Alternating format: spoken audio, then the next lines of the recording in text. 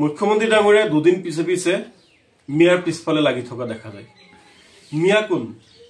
অসমৰ যিসকল মিয়া মুছলমান আছে তেওঁলোক সকলোৱে ভাৰতীয় নাগৰিক, তেওঁলোক অসমৰ বাসিন্দা, তেওঁলোক ইয়াতে জন্মগ্ৰহণ কৰিছে, তেওঁলোকে সকলো অধিকাৰ ইয়াত সাব্যস্ত কৰি আছে। কিন্তু দেখিবলৈ পোৱা গৈছে যে অসমৰ মুখ্যমন্ত্ৰী ডাঙৰীয়াই কিছুদিন পিছে পিছে মিয়াক তুচ্ছ তাচ্ছিল্য কৰি আহিছে, মিয়াক উচ্ছেদ কৰি আহিছে, মিয়াসকলৰ শৈক্ষিক সামাজিক অৰ্থনৈতিক জীৱনত তেওঁ প্ৰভাৱ পেলাইছে, যাতে উন্নয়ন নহয়, যাতে মিয়া ল'ৰা ছোৱালী শিক্ষিত হ'ব নোৱাৰে। আৰু মিয়াক আটাইতকৈ ডাঙৰ কথা হ'ল যে নিৰ্বাচনৰ সময়ত মিয়াক হিমন্ত বিশ্ব শৰ্মাই ব্যৱহাৰ কৰি আহিছে।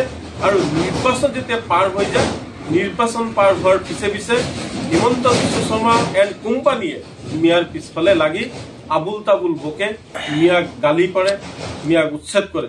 এটা কথা আজি আপোনালোকক ক'ব বিচাৰোঁ যে হিমন্ত বিশ্ব শৰ্মাই যিমানেই উচ্ছেদ কৰিব, হিমন্ত বিশ্ব শৰ্মাই মিয়া মুছলমানক যিমানেই উন্নতি কৰিব নিবিচাৰিব, মিয়াৰ লগত কিন্তু আল্লাহ আছে।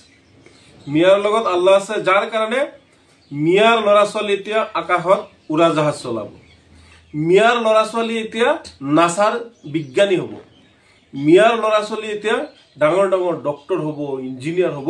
হিমন্ত বিশ্ব শৰ্মাই কিন্তু ৰখাব নোৱাৰে। তেওঁ যিমানে গৰু গাহৰি ৰাজনীতি কৰক, তেওঁ যিমানেই হিন্দু মুছলমানৰ ৰাজনীতি কৰক, কিয় নিৰ্বাচন পাৰ হৈ গ'লে হিন্দু মুছলমানৰ ৰাজনীতি কৰিব লাগে? আপুনি দেখোন দলগাঁৱলৈ যায়, আপুনি দেখোন লাহৰীঘাটলৈ যায়, আপুনি ৰূপহীলৈ যায়, চামুগুৰিলৈ যায়। নিৰ্বাচনৰ আগে আগে আপোনালোকে আমাৰ নিচিনা সহজ সৰল সংখ্যালঘু লোকসকলক ব্যৱহাৰ কৰে, আৰু নিৰ্বাচন পাৰ হৈ গ'লে আপোনালোকে সকলোকে পাহৰি যায়। কিয়? যদি বেয়া পায় প্ৰতিটো সময়তে মিয়াক বেয়া পাব লাগে।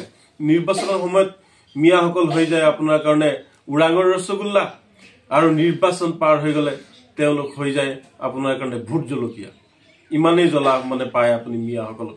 গতিকে এজন মুখ্যমন্ত্ৰী হিচাপে হিন্দু মুছলমান সকলোকে আপুনি সমদৃষ্টিৰে সম নজৰেৰে চাব লাগে আৰু সকলোৰে উন্নয়ন কৰিব লাগে।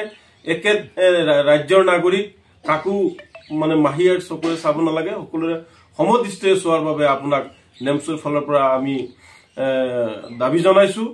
আৰু আপুনি যাতে হিন্দু মুছলমান কৰি কৰি সাম্প্ৰদায়িক যিটো ৰহন হনা, সেই ৰহনটো আপুনি নাহানে, তাৰ কাৰণে আপোনাক আহ্বান জনাইছো।